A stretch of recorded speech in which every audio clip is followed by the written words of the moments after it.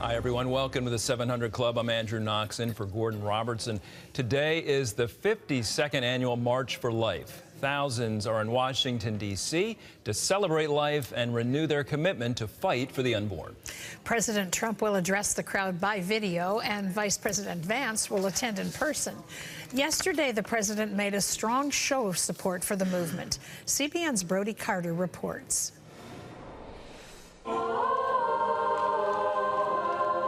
On the steps of the Supreme Court, once the symbol of the fight against Roe v. Wade, pro-life advocates continue to pray for the 3,000 lives lost daily to abortion. Any woman who's pregnant, and here's my voice, to know that every child was created in the image of God, and every child is a wanted child.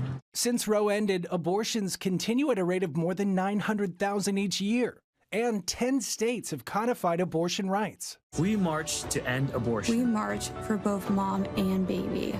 I just want every single baby to be valued and every single woman to know that she's important and she should be loved. That's why thousands still march each January to remind the country of the battle that remains. But pro-life laws do work. And in states with pro-life laws on the books, abortions have come down. And what that represents is more and more women who are choosing life. Jenny Bradley Lichter, incoming president of March for Life, helped shape pro-life policy in the first Trump administration. She's excited about Trump 2.0 and welcomes leaders like Vice President J.D. Vance and House Speaker Mike Johnson aboard to push for renewed legislative efforts, such as the Born Alive Abortion Survivors Protection Act. That is, if a child is in a botched abortion, is actually delivered instead of destroyed in the womb, what happens to that child?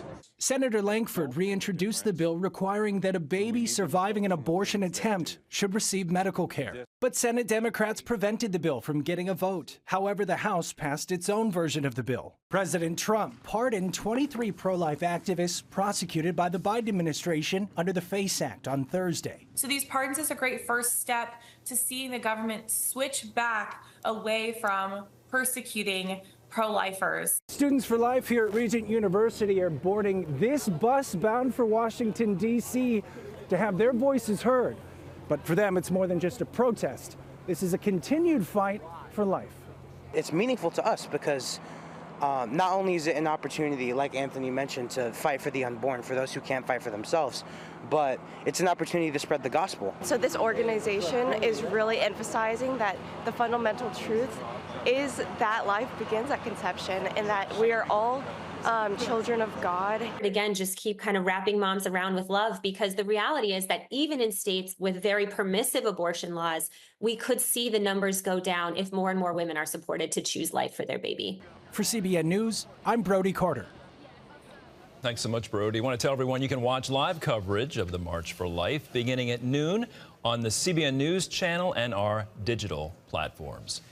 In other news, freed Israeli hostages are revealing disturbing details about their captivity. Ephraim Graham has that story and more from the CBN newsroom. Ephraim. Andrew, the 3 former hostages say Hamas kept them in camps created by the United Nations. The facilities were supposed to be used to protect Gazan civilians and provide food and water during the war. The IDF says Hamas has a proven history of hiding in civilian and humanitarian areas. A UN spokesperson said the reports are, quote, a very serious allegation and call for more information and further investigation. Israeli President Michael Herzog is scheduled to meet with the UN Secretary General Antonio Guterres today. I want to turn now to Los Angeles, where exhausted firefighters are making progress against a wildfire that torched more than 10,000 acres.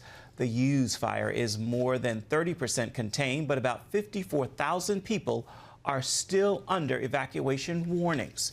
CBN's Operation Blessing is setting up to provide long-term assistance as the disaster continues. Our Paul Petit has this report.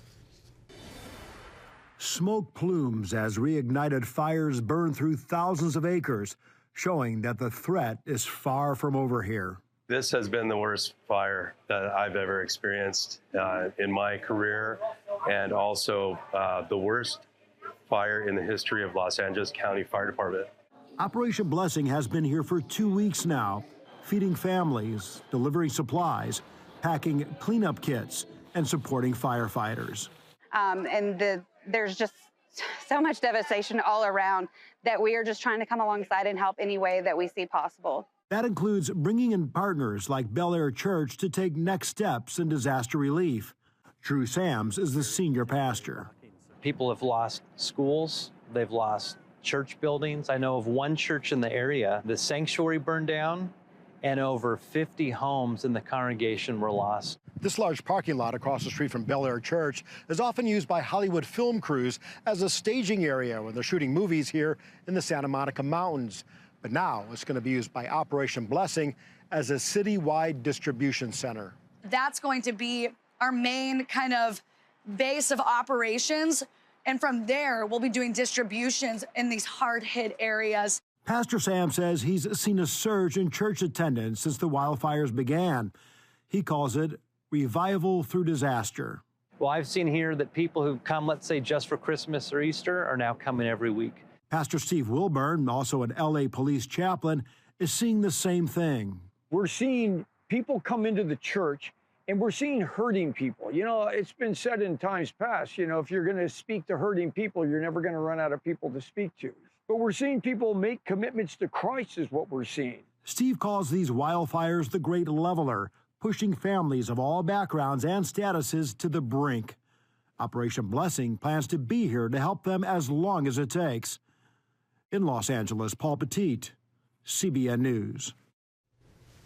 Operation Blessing there for the long haul, helping to bring revival in disaster. Andrew? Amen. Thank you, Ephraim. And Paul, thank you for your reporting these last few weeks. As mentioned, Operation Blessing has been on the ground for a couple of weeks now, and the concern I think a lot of people have is it gets out of the news cycle, what's going on out there, because people move on to other things, but it's really just getting started. Fires are still burning, relief efforts underway, and Operation Blessing is the hands and feet of Jesus in times like these, working with churches.